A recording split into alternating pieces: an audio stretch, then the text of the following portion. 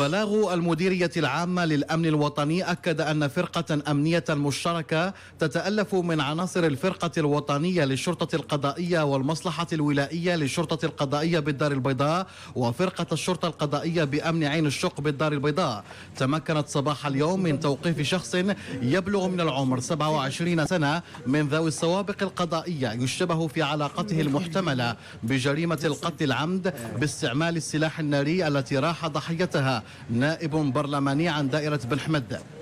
مصالح ولاية أمن الدار البيضاء كانت قد عاينت مساء أمس في حدود الساعة 10 مساء جثة الضحية داخل سيارته الشخصية قبالة مسكنه، وذلك بعدما تعرض ل3 طلقات نارية من بندقية صيد كانت سببا مباشرا في وفاته.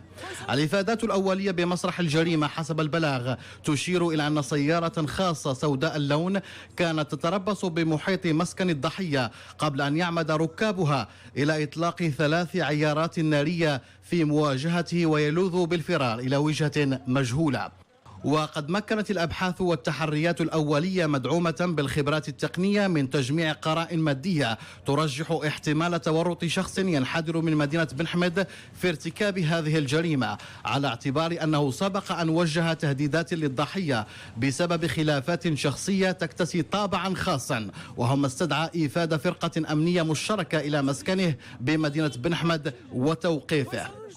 وأضاف البلاغ أن عمليات التفتيش المنجزة بمنزل المشتبه فيه أسفرت عن حجز سلاحين للصيد وخرطوشات شبيهة بتلك التي استعملت في جريمة القتل، وقد أحيلت على مختبر للشرطة التقنية والعلمية لإخضاعها لخبرة باليستيكية للتحقق مما إذا كانت هي التي استعملت في ارتكاب هذه الجريمة. وأكد المصدر ذاته أن الأبحاث والتحريات الأمنية لا تزال متواصلة في هذه النازلة تحت إشراف النيابة العامة المختصة، وذلك لتحديد جميع ظروفها وملابساتها ودوافعها الحقيقية. في الخبر الدولي